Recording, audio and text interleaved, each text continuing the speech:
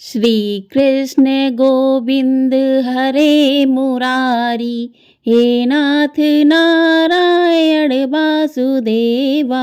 श्री कृष्ण गोविंद हरे मुरारी, हे नाथ नारायण वासुदेवाय। जय श्री कृष्ण। राधे राधे दोस्तों, आप सभी का दिन शुभ और मंगलमय हो। आप सभी पर भगवान विष्णु की कृपा सदा सर्वदा बनी रहे। आज की वीडियो में आप सुनेंगे बैसाख मास महात्म्य का अध्याय 2। कल की वीडियो में आपने सुना था अध्याय 1। यदि आप लोगों ने उस वीडियो को नहीं देखा है तो आप लोग जाकर देख सकते हैं। और चैनल पर नए हैं तो चैनल को सब्सक्राइब कर लीजिए। आपको हमारे चैनल पर बैसाख मास महात्म्य के अध्याय प्रतिदिन सुनाए जाएंगे, तो आप लोग इन अध्यायों को सुनने के लिए चैनल को सब्सक्राइब कर लीजिए। तो चलिए आज का अध्याय शुरू करते हैं। तो आज बैसाख मास महात्म्य का अध्याय शुरू करने से पहले आपको भगवान के एक ऐसे भक्त की कहानी सुनाऊंगी जिसे सुनकर आपके मन में भगवान के प्रति भक्ति और भी बढ़ जाएगी। भगवान की भक्ति की कहानियां तो आप सभी ने बहुत सुनी होंगी और आप सभी यह भी जानते होंगे कि दो तरह के लोग होते हैं। एक वो जो भगवान में अटूट श्रद्धा विश्वास रखते हैं और भगवान को मानते हैं। दूसरे वे लोग जो भगवान में ना तो आस्था रखते हैं और ना ही यह स्वीकार करने को तैयार होते हैं कि भगवान है। यानी कि दो तरह के लोग होते हैं। एक आस्तिक जो भगवान को मानते हैं और दूसरे नास्तिक जो भगवान को बिल्कुल भी नहीं मानते। अब भगवान के प्रति जिसके मन में भक्ति होती है, भगवान तो अपने ऐसे भक्तों की हमेशा ही सुनते हैं। हाँ, यह बात जरूर है कि कभी कभी भगवान कुछ देर से सुनते हैं, लेकिन सुनते जरूर हैं। और देर से सुनने के पीछे भी कारण यही होता है कि सभी को अपने अपने जो भी कर्म है, चाहे वह इस जन्म के हों या पूर्व जन्म के हों, जरूर भुगतने होते हैं। अगर पूर्व जन्म में हमने बहुत पाप किए हों और इस जन्म में हम केवल भगवान में ही रमे हुए हों, अर्थात भगवान की ही भक्ति कर रहे हों, तो इस जन्म में हमने कोई पाप ही नहीं किए हों, तब भी हमें इस जन्म में अपने पूर्व जन्म के पापों का फल भोगना पड़ेगा। और भगवान भी जब तक हमारे पाप पुण्य का हिसाब किताब बराबर नहीं हो जाता, तब तक अपनी कृपा करते ही नहीं है। ऐसी ही एक कहानी है बूढ़े बाबा की। एक बूढ़े बाबा जो अपने पूरे जीवन भर सिर्फ राम नाम जपते रहे, भगवान की भक्ति करते रहे और अब वे बूढ़े हो चुके थे। सिर्फ बूढ़े ही नहीं हुए थे, बल्कि इतने कमजोर हो चुके थे कि अब वह बिना किसी की सहायता के अपनी जगह से हिलडुल भी नहीं सकते थे, उठ भी नहीं सकते थे।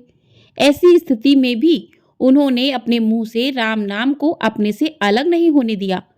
कष्ट चाहे कितना भी था, बुढ़ापा उन्हें चाहे कितना भी सता रहा था, लेकिन उनके मन में राम नाम और हृदय में भक्ति बराबर जगी हुई थी।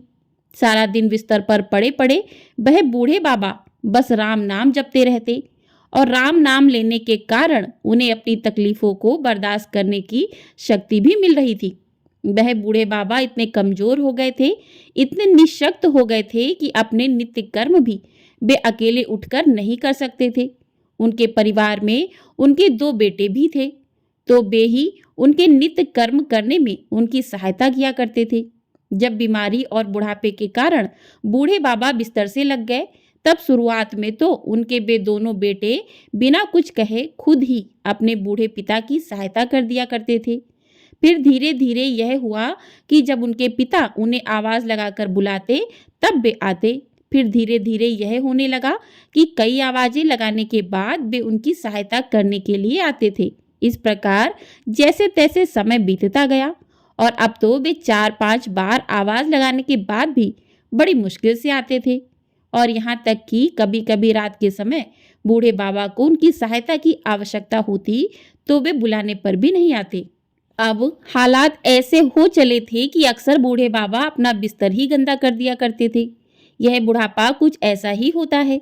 कभी कभी इस बुढ़ापे के कारण ऐसे ऐसे दिन देखने पड़ते हैं जो शायद कभी किसी ने सोचा भी नहीं होगा।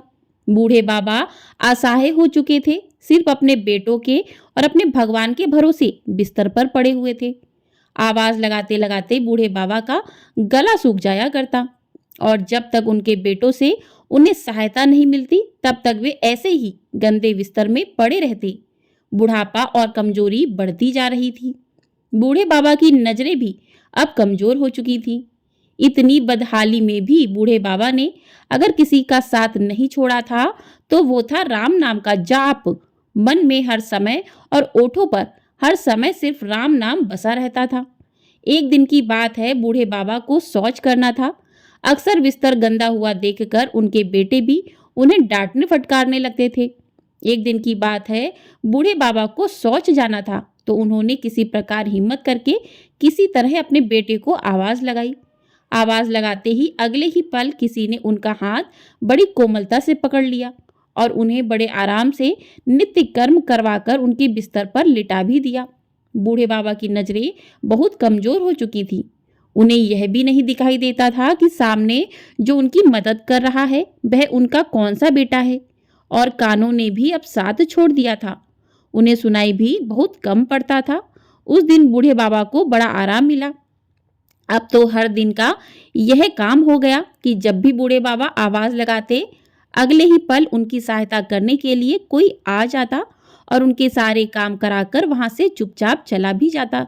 बूढ़े बाबा की नजरें और कान दोनों ही बूढ़े हो चुके थे, अर्थात कमजोर हो चुके थे। ना उन्हें ठीक से दिखाई देता था, ना ही उन्हें सुनाई देता था।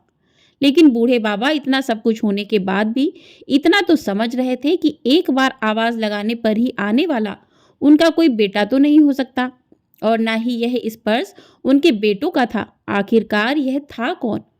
फिर एक दिन जब बूढ़े बाबा ने अपने नित्य कर्म करने के लिए अपने बेटों से सहायता मांगी तो अगले पल फिर से वही मुलायम हाथों वाला स्पर्श उन्हें महसूस हुआ।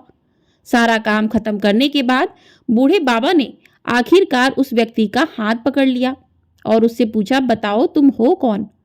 आज मुझे सच सच बताओ तुम कौन हो और मेरी सहायता क्यों करते हो, क्योंकि तुम मेरे बेटे तो नहीं हो सकते। बूढ़े बाबा के सवाल के साथ ही अचानक उनके कमरे में बहुत तेज रोशनी हुई और प्रभु ने अपने दिव्य अवतार में वहां बूढ़े बाबा को दर्शन दिए। कहा तो कमजोर आंखों से बूढ़े बाबा को किसी भी चीज को देख पाना बड़ा मुश्किल था, और वहीं वह बूढ़े बाबा भगवान के दिव्य स्वरूप को स्पष्ट रूप से पूरी तरह से प्रत्यक्ष देखने में समर्थ हो गए। जिन भगवान का नाम वह पूरे जीवन भर लेते रहे वही आज उनके सामने खड़े हुए थे।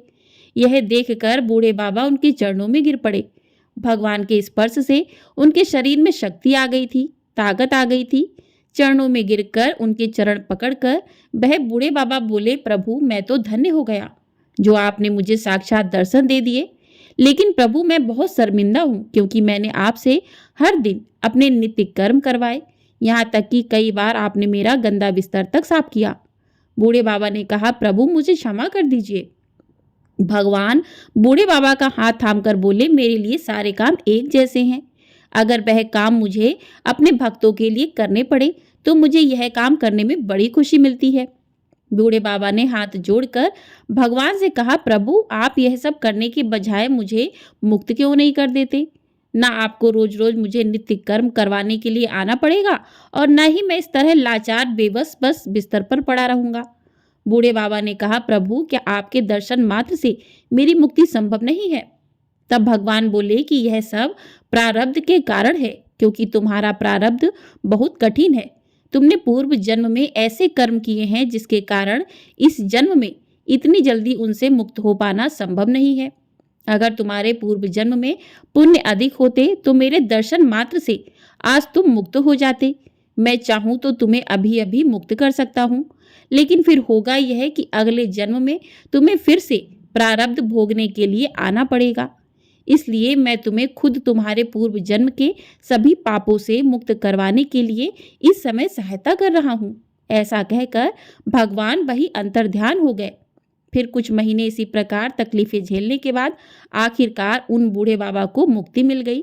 तो इस प्रकार से ये कहानी यहीं पर पूर्ण हुई। कहते हैं कि इंसान को अपने कर्मों का फल भुगतना ही पड़ता है, लेकिन यदि वह भगवान की शरण में आ जाता है तो भगवान उसके कर्म को भुगतने में उसकी सहायता करते हैं और उसे मुक्ति भी दिलाते हैं।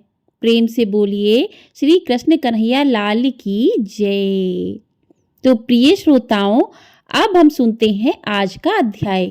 आज के अध्याय में नारद जी कहते हैं कि एक समय विधेयराज जनक के घर दोपहर के समय श्रुतदेव नाम से विख्यात एक श्रेष्ठ मुनि पधारे, जो सभी वेदों के ज्ञाता थे। उन्हें देखकर राजा बड़े उल्लास के साथ उठकर खड़े हो गए और मधुपर्क आदि सामग्रियों से उनकी विधि पूर्वक पूजा करके राजा ने उनके चरणों तक को अपने मस्तक पर धारण किया। इस प्रकार स्वागत सत्कार करने के बाद जब वे आसन पर विराजमान हुए, तब विधेयराज के प्रश्न के अनुसार बैसाख मास के महात्म्य का वर्णन करते हुए इस प्रकार कहने लगे। श्रुतदेव ने कहा, हे राजन, जो लोग बैसाख मास में धूप से संतप्त होने वाले महात्मा पुरुषों के ऊपर छाता लगाते हैं, उन्हें अनंत पुण्य की प्राप्ति होती है। इस विषय में एक प्राचीन इतिहास का उदाहरण दिया करते हैं। बहुत समय पहले बंग देश में हेमकांत नाम से विख्यात एक राजा हुए। वे कुछ केतु के पुत्र, परम बुद्धिमान और शस्त्रपारियों में श्रेष्ठ थे। एक दिन वे शिकार खेलने में आसक्त होकर एक घने वन में जा घुसे। वहां तरह तरह के मृग और बारहा आदि जंतुओं को मारकर जब वे बहुत थक गए, तब दोपहर के समय मुनियों के आश्रम में आ गए। उस समय आश्रम में उत्तम व्रत का पालन करने वाले सतरची नामक ऋषि समाधि लगाए हुए बैठे थे, जिन्हें बाहर होने वाले कार्यों का कुछ भी एहसास नहीं होता था। उन्हें निश्चल बैठे देखकर राजा को बड़ा क्रोध हुआ और उन्होंने उन महात्माओं को मारने का निश्चय कर लिया। उन्होंने सोचा कि मैं महाराज होकर इनके आश्रम में पधारा हूँ और इनमें से किसी ने भी मेरा आदर सत्कार नहीं किया। इस प्रकार राजा ने अपने आप को बहुत अपमानित समझा। तब उन ऋषियों के 10,000 शिष्यों ने राजा को ऐसा करने से मना करते हुए कहा, हो खोटी बुद्धि वाले राजन, हमारे गुरु लोग इस समय समाधि में लीन हैं। बाहर क्या हो रहा है, कहाँ क्या हो रहा है, इस बारे में यह कुछ भी नहीं जानते, इसलिए इन पर तुम्हें क्रोध नहीं करना चाहिए। तब राजा ने क्रोध से विह्वल होकर शिष्यों से ही कहा, अरे द्विज कुमारों, मैं रास्ते में थका मादा यहाँ आया हूँ, इसलिए तुम ही लोग मेरा आतिथ्य करो। राजा के ऐसा कहने पर वे शिष्य कहने लगे, महाराज, हम लोग तो भिक्षा मांगकर खाने वाले हैं। गुरुजनों ने हमें किसी के अतिथि के लिए आज्ञा ही नहीं दी। हम तो सर्वथा अपने गुरु के अधीन हैं। गुरु की आज्ञा के बिना हम कोई कार्य नहीं कर सकते, इसलिए तुम्हारा आतिथ्य हम कैसे कर सकते हैं।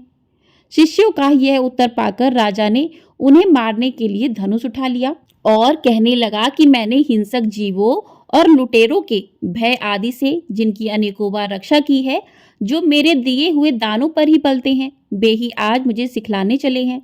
यह मुझे नहीं जानते, यह तो सभी कृतज्ञ और बड़े अभिमानी हैं। इन आतताइयों को मार डालने पर भी मुझे कोई दोष नहीं लगेगा। ऐसा कहकर क्रोधित होकर धनुष से वे बाण छोड़ने लगे। बेचारे शिष्य आश्रम छोड़कर भय से भाग गए। भागने पर भी हेमकांत ने उनका पीछा किया और 300 शिष्यों को मार गिराया। शिष्यों के भाग जाने पर आश्रम में जो कुछ भी सामग्री थी, उसे राजा के पापा आत्मा सैनिकों ने लूट लिया। राजा के अनुमोदन से ही उन्होंने वहां इच्छा अनुसार भोजन किया। इसके बाद दिन बीतते बीतते राजा सेना के साथ अपनी पुरी में वापस आ गए। राजा कुछ केतु ने जब अपने पुत्र का यह अन्यायपूर्ण कार्य सुना, तब उसे राज्य करने के अयोग्य जानकर उसकी निंदा करते हुए उसे देश निकाला दे दिया। इस तरह पिता के त्याग देने पर हेमकांत घने वन में चला गया। वहां उसने बहुत वर्षों तक निवास किया। ब्रह्म हत्या उसका सदा पीछा किया करती थी, इसलिए वह कहीं भी स्थिरता पूर्वक रह नहीं पाता था। इस प्रकार उस दुष्ट आत्मा के 28 वर्ष बीत गए। एक दिन बैसाख मास में जब दोपहर का समय हो रहा था, तीर्थ यात्रा के प्रसंग से उसी वन में आ गए। वे धूप से अत्यंत संतप्त और तृषा से बहुत पीड़ित थे, इसलिए किसी वृक्षहीन प्रदेश में मूर्छित होकर गिर पड़े। देवयोग से हेमकांत उधर ही आ निकला। उसने मुनि को प्यास से पीड़ित, मूर्छित और थका मादा देखा तो उन पर बड़ी दया आ गई। उसने पलाश के पत्तों से छत्र बनाकर उनके ऊपर आती धूप को रोक दिया और वह स्वयं मुनि के मस्तक पर छाता लगाए हुए खड़ा हो गया और तुम्बी में रखा हुआ जल उनके मुंह में डालने लगा। इस उपचार से मुनि को होश आ गया और उन्होंने छतरी को दिए हुए पत्तों के छाते को लेकर अपनी व्याकुलता दूर की। उनकी इंद्रियों में कुछ कुछ शक्ति आई और वे धीरे धीरे चलते हुए किसी गांव में पहुंच गए। उस पुण्य के प्रभाव से हेमकांत की 300 ब्रह्म हत्याएं नष्ट हो गईं, जो उसने उस आश्रम में शिष्यों को मारकर अर्जित की थी। उसी समय यमराज के दूत हेमकांत को लेने के लिए वन में आए।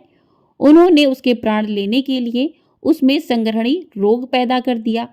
उस समय प्राण छूटने की पीड़ा से छटपटाते हुए हेमकांत ने 3 अत्यंत भयंकर यमदूतों को देखा, जिनके बाल ऊपर की ओर उठे हुए थे। उस समय अपने कर्मों को नम याद करके वह मौन हो गया। छत्रदान के प्रभाव से उसको भगवान विष्णु का स्मरण हो आया।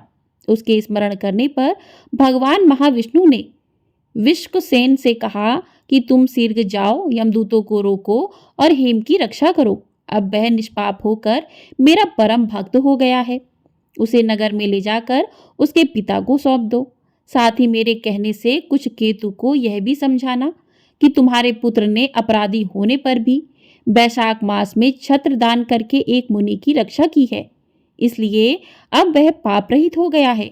इस पुण्य के प्रभाव से वह मन और इंद्रियों को अपने वश में रखने वाला दीर्घायु शूर और उदारता आदि गुणों से युक्त और तुम्हारे समान ही गुणवान हो गया है। इसलिए हे राजन, अपने इस महाबली पुत्र को तुम राज्य का भार संभालने के लिए नियुक्त कर दो।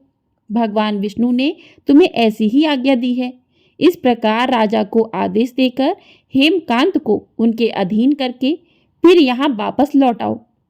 भगवान विष्णु का यह आदेश पाकर महाबली विश्वक्सेन ने हेमकांत के पास आकर यमदूतों को रोका और अपने कल्याणमयी सब अंगों से स्पर्श किया। भगवत भक्त के स्पर्श से हेमकांत के सारे रोग क्षणभर में ही दूर हो गए। इसके बाद विश्वक्सेन उसके साथ राजापुरी में गए। उन्हें देखकर महाराज कुशकेतु ने आश्चर्ययुक्त होकर भक्तिपूर्वक मस्तक झुकाकर पृथ्वी पर साष्टांग प्रणाम किया और भगवान के पार्षद का अपने घर में प्रवेश करवाया। वहां तरह तरह के स्रोत से उनकी स्तुति और वैभव से उनका पूजन किया। इसके बाद महाबली विश्वक्सेन ने अत्यंत प्रसन्न होकर राजा को हेमकांत के विषय में भगवान विष्णु ने जो भी संदेश दिया था वह सब यथानुसार कह सुनाया। उसे सुनकर कुशकेतु ने पुत्र को राज्य पर बिठा दिया और खुद विश्वक्सेन की आज्ञा लेकर पत्नी सहित वन को प्रस्थान किया।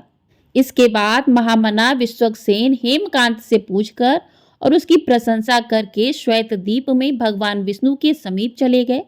तभी से राजा हेमकांत वैशाख मास में बताए हुए भगवान की प्रसन्नता को बढ़ाने वाले शुभ धर्मों का प्रतिवर्ष पालन करने लगे। वे ब्राह्मण भक्त, धर्मनिष्ठ, शांत, जितेंद्रिय, सभी प्राणियों के प्रति दयालु और संपूर्ण यज्ञों की दीक्षा में स्थित रहकर सभी प्रकार की संपदाओं से संपन्न हो गए। उन्होंने पुत्र पौत्र आदि के साथ सभी भोगों का उपभोग करके अंत में भगवान विष्णु का लोक प्राप्त कर लिया।